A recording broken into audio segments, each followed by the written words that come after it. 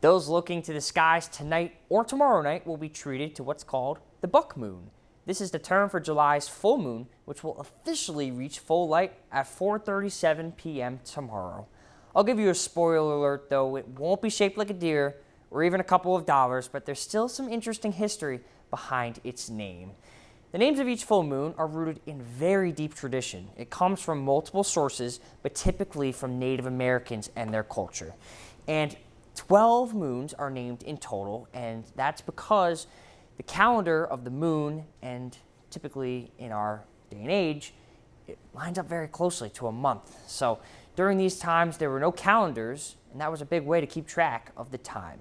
Let's talk about July 1st. It's called the buck moon for a very interesting reason, and that's because male deers, aka bucks, would grow their antlers around this time in the heat of summer after breeding season. And you'll start to see a theme here where kind of seasonal trends and weather trends will end up naming these different moons. So we'll start in January, the wolf moon. This is when packs of wolves would prowl around different Native American villages and make their howling and presence known.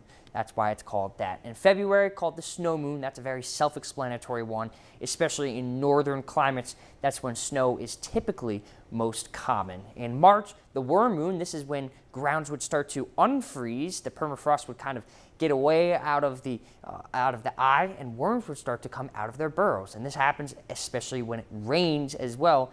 And March is known as a very rainy month as well. Let's go with April. That is the pink moon, and it's the first time that wildflowers start to appear in the region, and they happen to be colored pink as well. Keeping up with the blooming theme, the flower moon is in May, and that's when the full moon occurs during that month, and when most flowers tend to bloom in the northern hemisphere. During June, the strawberry moon, that's another blooming fact, that the wild strawberries would tend to ripen up in the month of June. July, we already mentioned, that's when male deer would grow their antlers, but for August, that's the sturgeon moon. And a sturgeon is a very popular fish and ancient fish that appeared in northern lakes such as the Great Lakes and Lake Champlain. That's when Native Americans would fish for those as well. The harvest moon is an interesting one. It either occurs in September or October, and it's called that when it occurs closest to the autumnal equinox at the end of September. So let's say that the full moon in October is closer to the equinox, then that month will be called the harvest moon.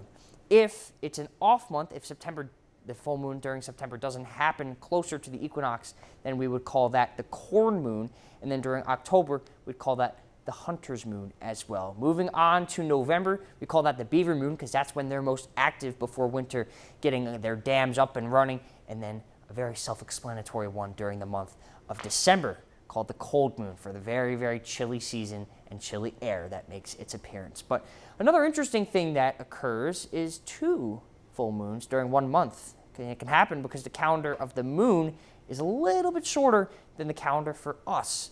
That is called a blue moon. And the next time that's going to happen in our area is on May 31st, 2026. Thanks so much for watching. I'm meteorologist Gavin Sandel.